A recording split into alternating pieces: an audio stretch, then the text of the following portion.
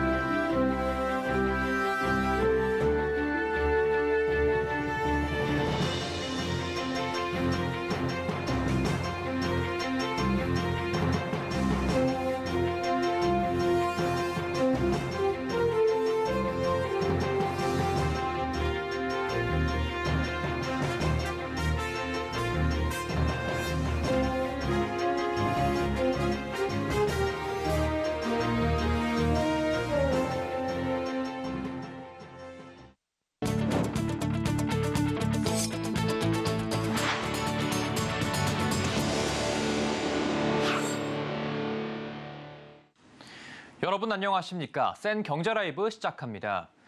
매해 큰 규모의 금융사고가 되풀이되고 있습니다. 최근 5년간 국내 5대 시중은행에서 발생한 금융사고 금액은 1,000억 원에 육박하는데요.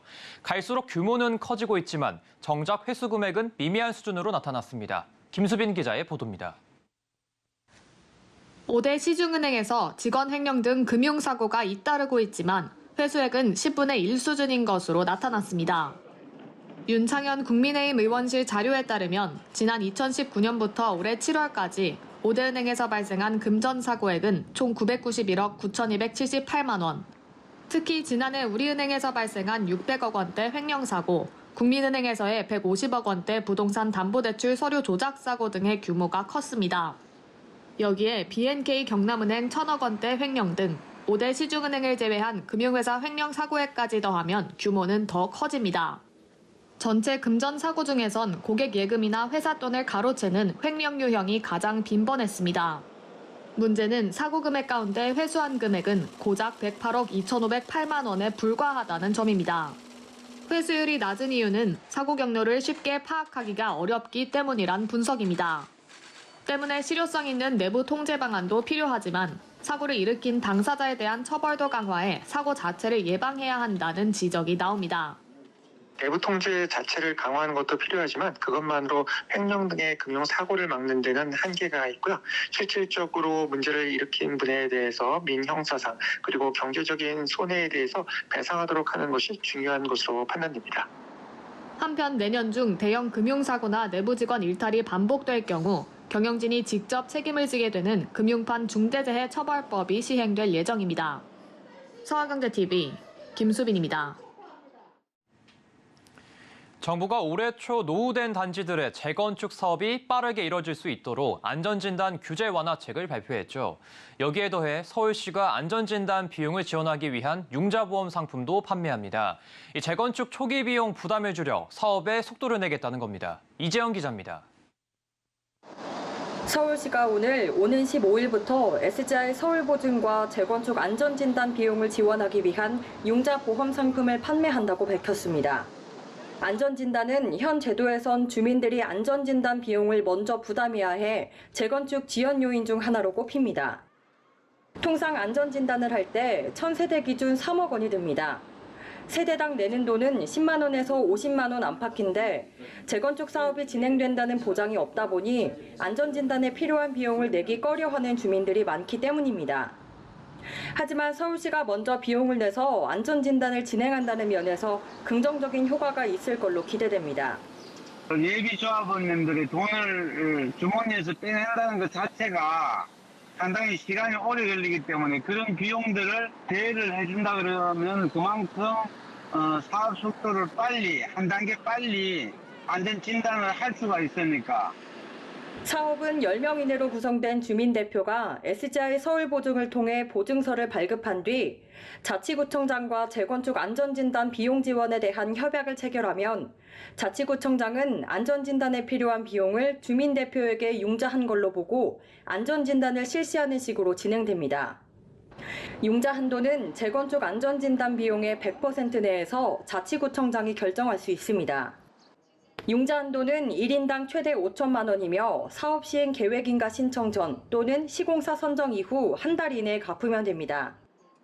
융자 지원 대상은 도시정비법에 따른 노후도를 충족해 안전진단 실시를 요청하는 재건축 단지로 현재 융자가 가능한 자치구는 서초, 강서, 영등포 등 8곳입니다.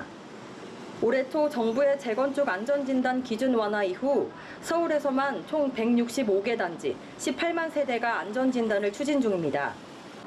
여기에 신속통합기획 등 공공지원 사업이 연계되면 재건축 사업은 더 속도가 날 전망입니다. 서울경제TV 이지영입니다.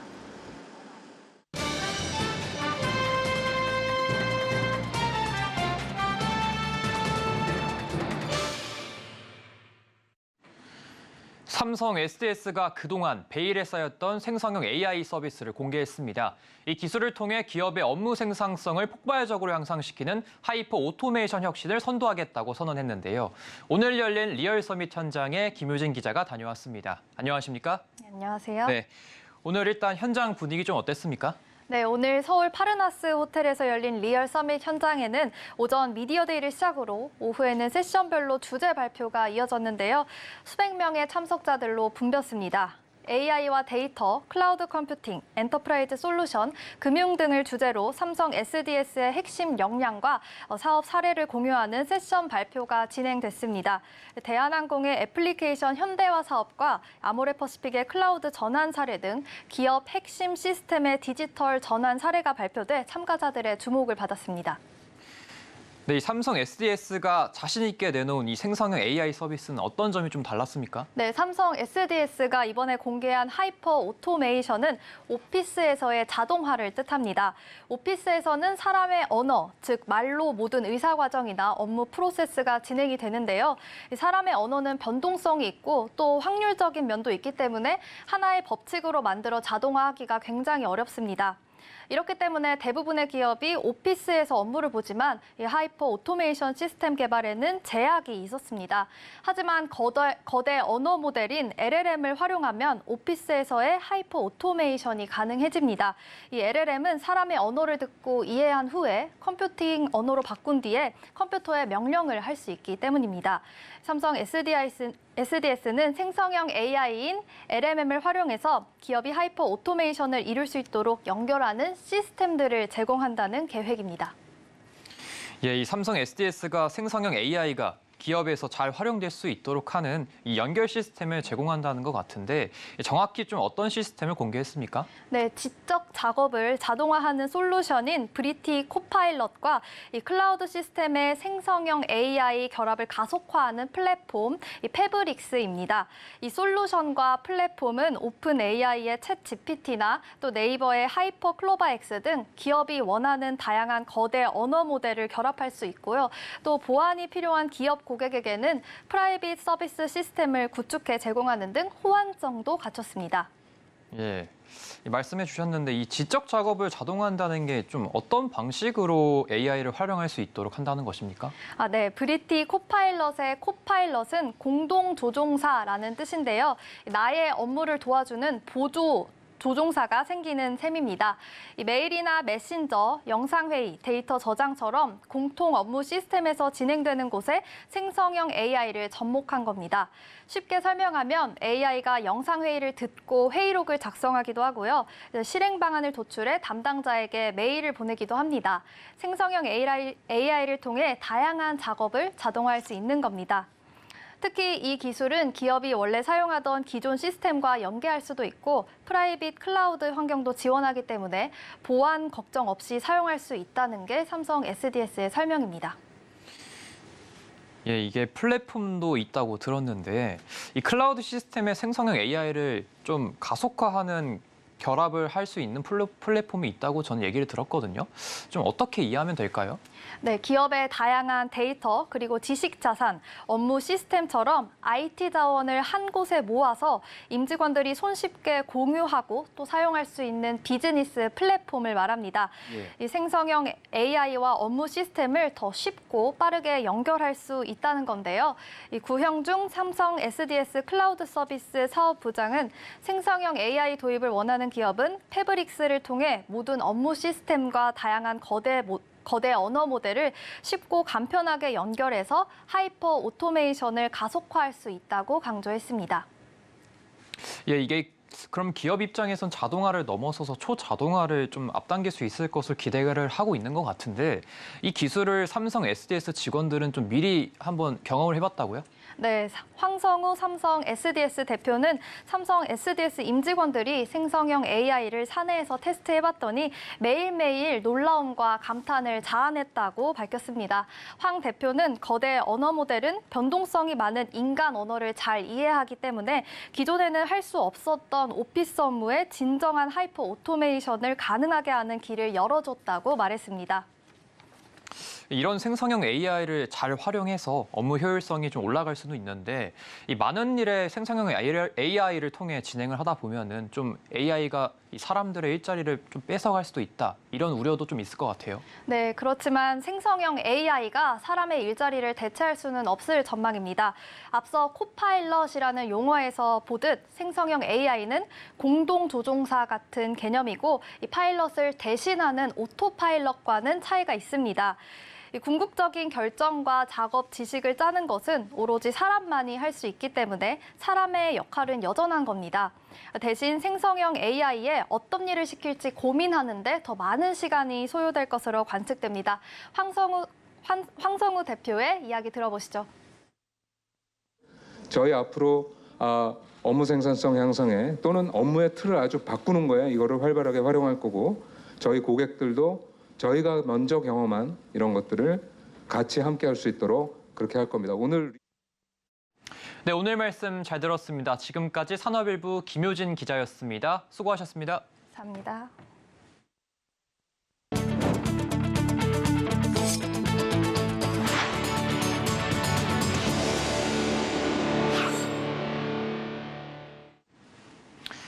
올해 부동산 프로젝트 파이낸싱, PF 대출 연체율이 급등하면서 금융시장의 위험에 대한 우려가 컸죠.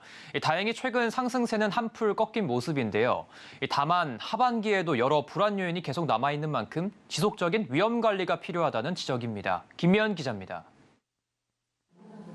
6월 말 기준 금융권의 부동산 PF 대출 연체율은 2.17%.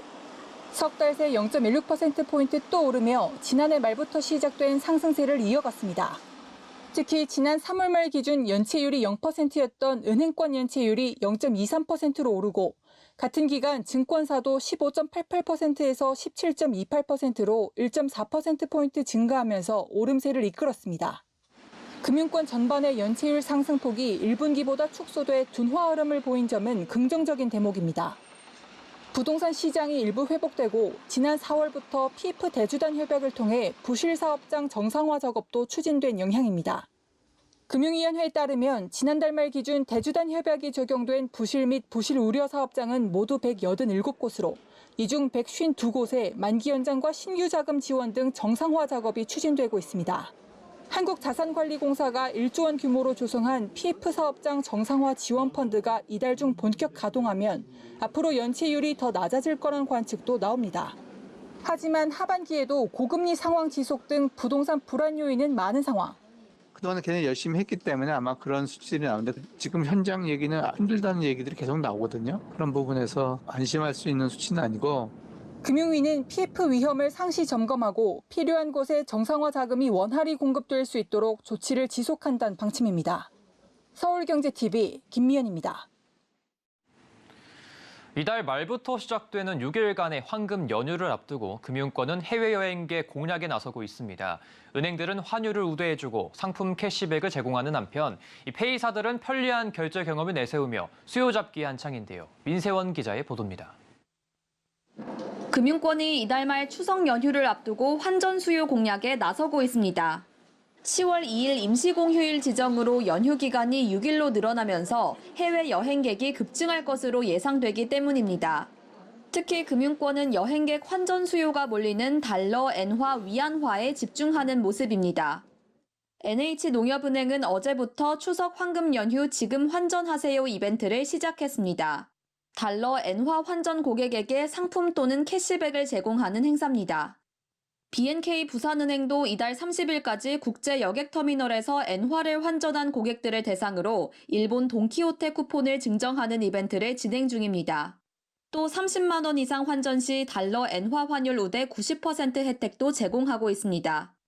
하나금융은 환전 ATM 수수료 무료 혜택을 제공하는 트래블로그 카드를 집중 육성하겠다는 방침입니다. 토스뱅크도 조만간 여행 출장객 대상 외환 서비스를 내놓겠다는 계획을 공개했습니다. 간편 결제사들도 플랫폼 편의성을 내세워 환전 수요 흡수에 본격적으로 뛰어들고 있습니다. 카카오페이는 사용자가 서비스 국가를 방문하면 자동으로 해당 국가에 특화된 카드를 알려주는 해외 여행자 맞춤 홈을 구축했다고 오늘 밝혔습니다. 현재 일부 사용자에 한해 일본 버전 사용이 가능하며 18일에는 중국 전용 홈이 마련될 예정입니다.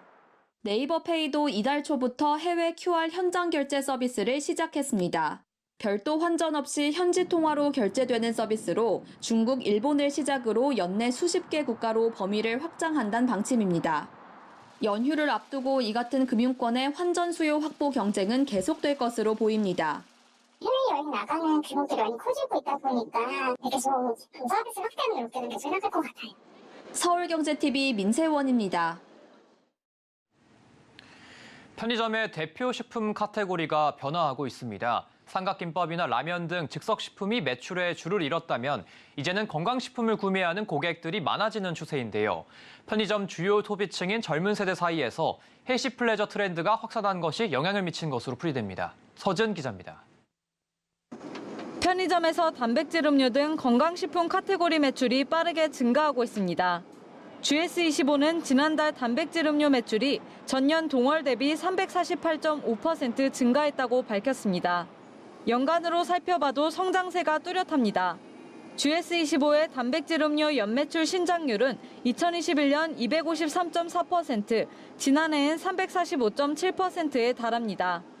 CU 또한 지난달 단백질 음료 매출이 전년 같은 기간 대비 140% 증가하며 2배가 넘는 신장률을 보이고 있습니다.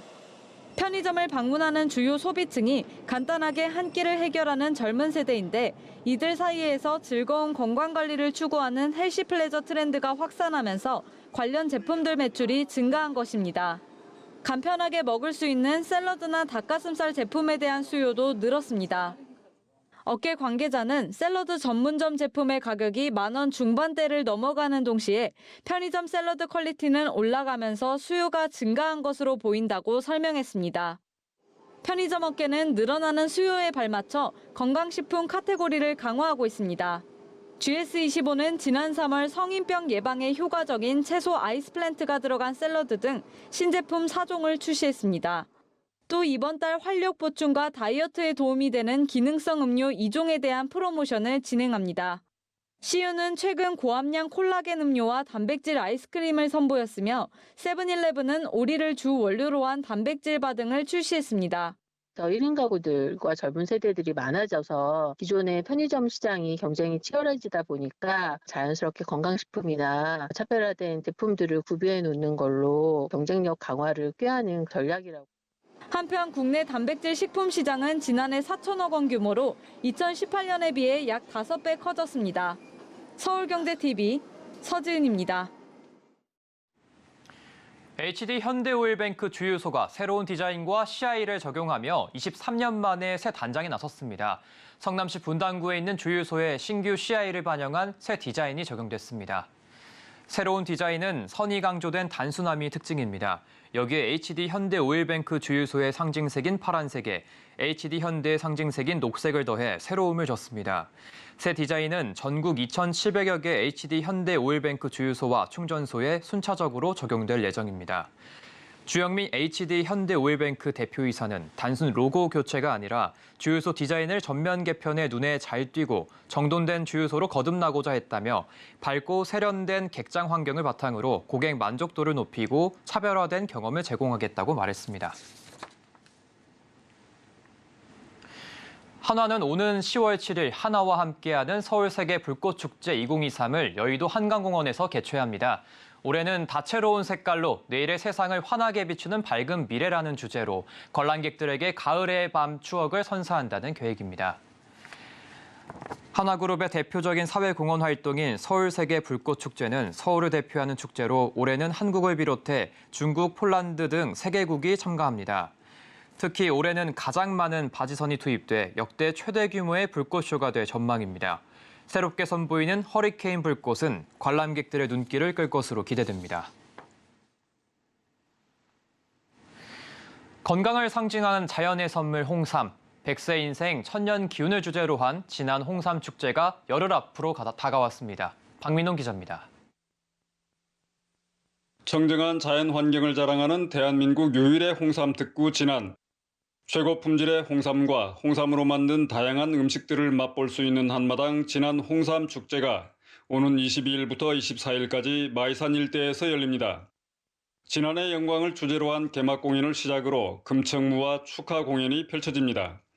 온 가족이 함께 즐길 수 있는 다채로운 프로그램과 이벤트, 트로트 무대, 전국 팔씨름 대회 등 즐거운 행사들이 이어집니다.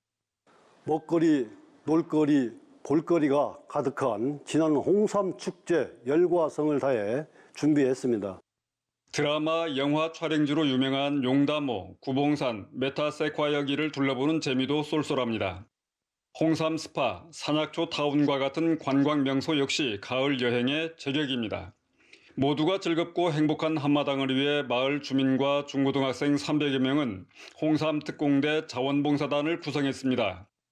빨간 티셔츠를 입고 풍성한 먹거리를 준비하며 관광객 맞이에 나섰습니다. 우리는 진안의 홍보대사이자 홍삼축제 성공을 위해 발로 뛰는 홍삼 특공대입니다. 이들은 축제를 통해 지역 화합과 공동체 활성화로 행복한 농촌 만들기에 기여하길 기대하고 있습니다. 수백 년 전통과 현대가 조화를 이룬 진안 홍삼축제. 진안 홍삼축제가 건강도 챙기고 추억도 담아가는 설렘 가득한 가을 여정으로 다가오고 있습니다. 서울경제TV 전북 박민홍입니다.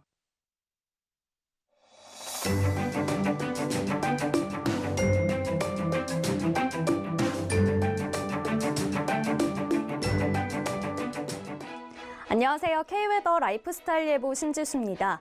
내일 오후 전국 곳곳으로 소나기와 비가 내리겠습니다. 서울과 경기 북부, 영서 북부는 오후 한때 5에서 20mm의 소나기가 내리겠고요. 그 밖에 영남을 제외한 대부분 지역은 오후부터 늦은 밤에 5에서 30mm의 비가 시작되겠습니다. 소나기와 비 소식에 그동안 기승을 부린 늦더위는 한결 나아지겠습니다. 내일 서울 낮 기온 27도 보이겠고요. 금요일에는 전국에 비가 내리면서 서울 낮 기온 26도로 예년 이맘때 가을 날씨를 보이겠습니다. 다음은 자세한 지역별 날씨입니다. 중부지방 내일 서울과 세종이 22도로 시작하겠고요. 한낮에는 서울 27도, 세종 25도 예상됩니다. 동해안 지방 속초와 강릉이 20도로 출발해 한낮 기온 24도로 선선하겠습니다. 남부지방 전주의 아침 기온 22도, 부산 24도 보이겠고요. 낮 기온은 전주 26도, 부산 29도 예상됩니다. 내일 오후 전해상 흐려져 비가 내리겠습니다. 물결은 잔잔하겠습니다. 영동과 충청 이남은 내일부터 목요일까지 비가 이어지겠고요. 금요일과 토요일 전국적으로 비가 내리겠습니다. 날씨였습니다. 이상으로 센 경제라이브 마칩니다. 함께해 주신 여러분 고맙습니다.